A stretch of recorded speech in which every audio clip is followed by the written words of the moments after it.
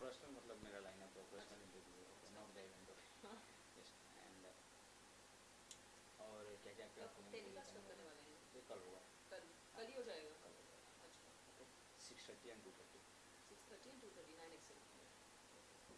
मैं आपको लिंक भी उसमें भेज लेकिन दूँगा। शोज कब आते थे? गाने ही आते रहते हैं उसमें तो। नहीं नहीं, गाना हमारा स्लॉट चलता है हाफ एन आवर का। अच्छा। मैं आपको लिंक भी भेज दूँगा। मैं तो काफ़ी देखती हूँ, मैंने तो शो नहीं देखा। 9 एक्सेल तो बहुत नहीं देखती हूँ। देखिए आप ओके। 6:30, ठीक है। मैं आपको लिंक भी भेज दूँगा, हम देख लीजिएगा। बीच में का फातर आएगा, खांसी आएगी मुझे तो काट देना प्लीज, मेरी तबीयत खराब है। मुझे ही पता है कैसे तैयार चेक हुई हूँ। Mic check one check check mic check 1 2 3 perfect ready है। मैं लुक इधर रखना हाँ। क्वेश्चन। लेकिन बात इनसे कर रही हूँ ना, तो कैमरे की तरफ लोग तो नेचुरल मैं नहीं लगेगा वो। हाँ हाँ हाँ हाँ एक मिनट चलो चलो ठीक है। तुम एडजस्ट कर लो। मैं कैमरे ही लुक रखूँगा, सही है। ओके आवाज़ आएगी।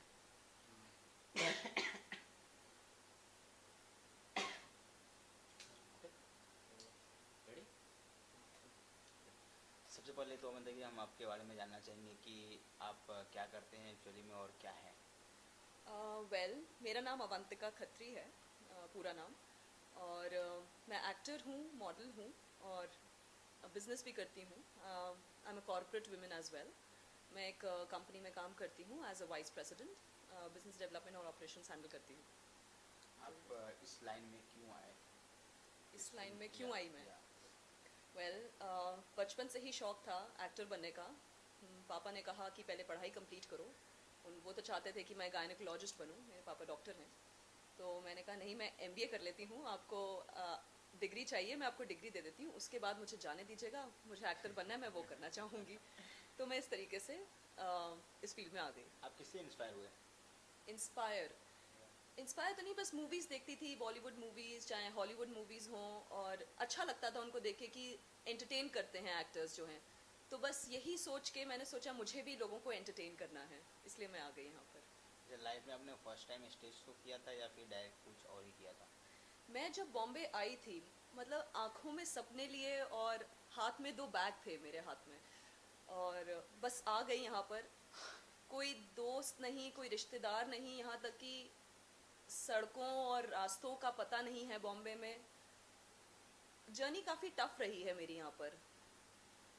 हालांकि देखा जाए तो ज़िंदगी कभी आसान रही ही नहीं है किसी के लिए भी, but it has always been worth it. तो अच्छा लगा मुझे। आपने फर्स्ट टाइम आपको ब्रेक कब मिला आपके लाइफ में? फर्स्ट टाइम मुझे याद है, मैंने ऑडिशन दिया था एक ऐड के लिए, रसना का ऐड था, और वो ऐड मैंने डायरेक्टर प्रहलाद कक्कड़ के साथ किया था। मेरा फर्स्ट एवर ऐड था, और मुझे याद है उसकी ऑडिशन देने के लिए मैं कैसे गई थी। मतलब बॉम्बे में उस दिन सबसे ज़्यादा बारिश हो रही थी, न्यूज़ चैनल्स पे दिखाया जा रहा था कि फ्लड सा आ गया है। फिर भी उसके बावजूद मुझे कॉल आता है, मेरी माँ मुझे फ़ोन करके बोल रही हैं कि बेटा घर से बाहर मत निकलना। तो उनसे तो मैंने कह दिया कि हाँ ठीक है, मैं नहीं जाऊँगी, लेकिन मैंने दृढ़ निश्चय कर रखा था कि मुझे तो जाना है। इतनी बड़ी अपॉर्चुनिटी है, मैं लूज़ नहीं करना चाहती। तो प्लास्टिक की चप्पल पहने, हाथ में छाता लिए, एक छोटा सा बैग लिए, मैं तो निकल गई कुछ था ही नहीं वैसे भी। ऑटो में निकली, बांद्रा तक पहुंची, वहाँ पर जाके ऑडिशन दिया, और लक मेरा था कि मेरा सिलेक्शन भी हो गया। तो मेरा फर्स्ट ऐड ऐसे मैंने उनके साथ किया, प्रहलाद कक्कड़ जी के साथ। जब आपने वो ऐड दिया, आपने ऐड किया, तो उस पैसों से आपने फर्स्ट टाइम क्या लिया था? आपकी क्या सोच थी कि मैं फर्स्ट टाइम में जो पैसा मिलेगा मैं ये करूँगी या वाट एवर भी डू? अ, मैंने उस पैसे को अपने घर भिजवा दिया, अपनी माँ को दिए थे वो। अब उनने उसका क्या किया मैंने तो ये नहीं पूछा, लेकिन मेरी वो फर्स्ट सैलरी थी तो मैंने वो घर भिजवा दी थी। आपका लाइफ कितना स्ट्रगलिंग रहा? अभी हालांकि मैंने आपको इसका जवाब दिया कि मेरी लाइफ काफ़ी स्ट्रगलिंग रही है।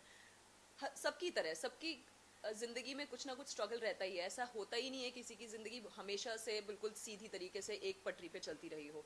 तो मेरी भी वैसे ही रही है। पहले पढ़ाई कंप्लीट करी, पुणे में जॉब किया, फिर पापा मम्मी ने कहा कि क्यों छोड़ना चाहते हो, जॉब क्यों नहीं करना है, और अचानक से तुम्हें बॉम्बे क्यों जाना है। तो हाँ, वो एक स्ट्रगल था। फिर यहाँ आई तो यहाँ काम के सिलसिले में यहाँ वहाँ लोगों से मिलना और ऑडिशंस देना, काफ़ी स्ट्रगल रहा है। और आपके कितना बयान करूँ, कितना लेंथ में बोलना पड़ेगा फिर मुझे। आपके लाइफ में टर्निंग पॉइंट कब आया? टर्निंग पॉइंट तब आया जब मैंने मेरी फर्स्ट मूवी साइन करी, वॉर छोड़ना यार।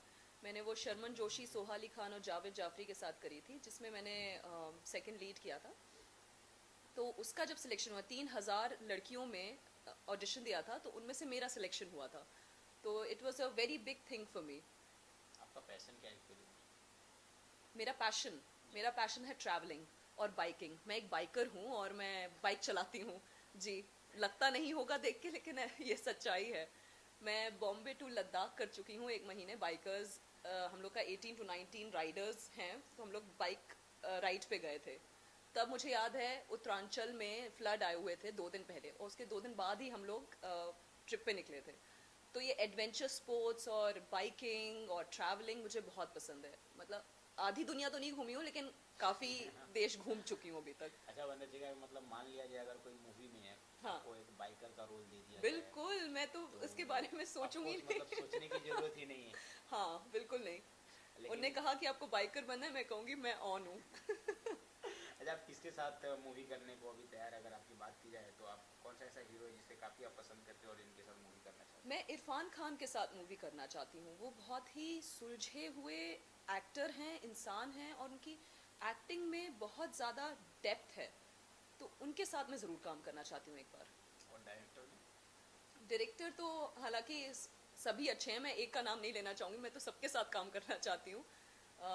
जितने भी बड़े डायरेक्टर्स हैं सबके साथ ही, बड़े ही क्यों, जो अच्छे टैलेंटेड न्यू कमर्स हैं उनके साथ भी काम करना चाहती हूँ।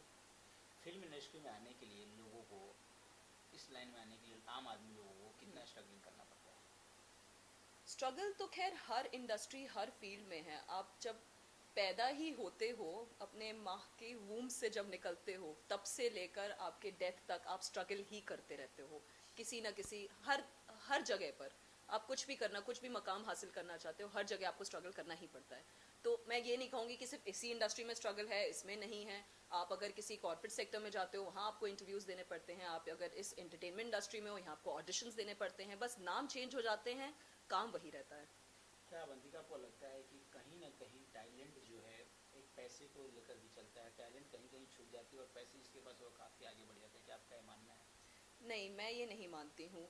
आप एक सीमा तक अपना पैसा खर्च कर सकते हैं एक प्रोजेक्ट के लिए, ज़्यादा से ज़्यादा 2 प्रोजेक्ट के लिए। लेकिन अगर आपको ऑडियंस ने नहीं एक्सेप्ट किया है, तो आप उसके बाद क्या करोगे? आप कितने फिल्म्स या कितनी म्यूज़िक वीडियोस या कितनी क्या बना लोगे, अगर आपको ऑडियंस ही एक्सेप्ट नहीं कर रही है तो मेरे ख्याल से कि पैसा मायने नहीं रखता है, आपका टैलेंट मायने रखता है। आप किस प्रोजेक्ट पे भी काम कर रहे हैं? अभी मैंने बॉटम्स अप किया है, म्यूज़िक वीडियो है मीका सिंह के साथ, तो वो रिलीज़ होने वाला है अभी अप्रैल में। उसके बाद एक मूवी है सनी लियोनी और राम कपूर के साथ, which is slated to release by May 8th। तो उसका नाम है कुछ कुछ लोचा है। अच्छी कॉमेडी मूवी है, रोम कॉम रहेगी। आप ज़रूर इन्जॉय करेंगे वो। तो उसमें आप क्या किरदार निभा रहे हैं? मैं अभी उसके बारे में ज़्यादा नहीं डिस्कस कर सकती हूँ, क्योंकि मुझसे कहा गया है कि हाँ टाइट लिप रहना, इसके बारे में ज़्यादा बात मत करना, तो मैं नहीं कर तो सकती। शूटिंग चालू हो चुकी है? हाँ, या शूटिंग चालू हो चुकी है। हम लोग एक शेड्यूल मलेशिया में कंप्लीट कर चुके हैं। अभी इंडिया का लेग बाकी है, तो वो चल रहा है। तो राम कपूर के साथ आपका कुछ शूटिंग हुआ? हाँ बिल्कुल हुआ। मलेशिया में उनसे काफ़ी इंटरेक्शन भी हुआ, उनके साथ शूट भी हुआ। एंड वो भी मेरी तरह एक बाइकर है। हाँ जी। तो वो मुझे सेट पे पता चलता है, लोगों ने मुझे बताया कि ये अवंतिका है, ये बाइकर हैं, और ये राम कपूर हैं, ये भी बाइकर हैं। तो ऐसे इंट्रोडक्शन हुआ था हम दोनों का। एंड उसकी वजह से हम लोग ज़्यादा बात करने लगे एक दूसरे से। उनके पास 3 बड़ी बड़ी बाइक्स हैं, और कह रहे थे कि कभी ना कभी आपको राइड पे ज़रूर ले जाओ। अच्छा आप दोनों की केमिस्ट्री कैसी रही शूटिंग के दौरान? Chemistry, he is a very jolly good fellow. बिल्कुल सेंस ऑफ ह्यूमर उनका बहुत ऑसम है। जब वो रहते हैं सेट पे तो सब हंसते रहते हैं, ऐसा रहता है। अगर आज अवंतिका एक एक्टर नहीं होती तो क्या होती? एक्टर नहीं होती तो क्या होती? ट्रैवलर होती, ट्रैवल होस्ट होती, किसी ट्रैवल चैनल के लिए काम कर रही होती, या एक कॉर्पोरेट वुमेन होती, जो मैं अभी भी कर रही हूँ। तो मैं कुछ कुछ थोड़ा बहुत करती रहती हूँ यहाँ वहाँ। ऐसा नहीं कि मैं एक ही चीज़ करती रहती हूँ। मैं कॉर्पोरेट वुमेन भी हूँ, मैं एक्टर भी हूँ, और भी शायद कुछ और मन करेगा तो कुछ और भी बन जाऊँगी, ऐसा है। आपका फाइनल क्या है, फाइनल एम क्या है कि कहाँ तक आपको जाना है, क्या करना है, क्या आपने कुछ सोचा है, थिंकिंग किया है? मैं मैं एक्टिंग ज़िंदगी भर करना चाहती हूँ। ये तो हमेशा ही रहेगा।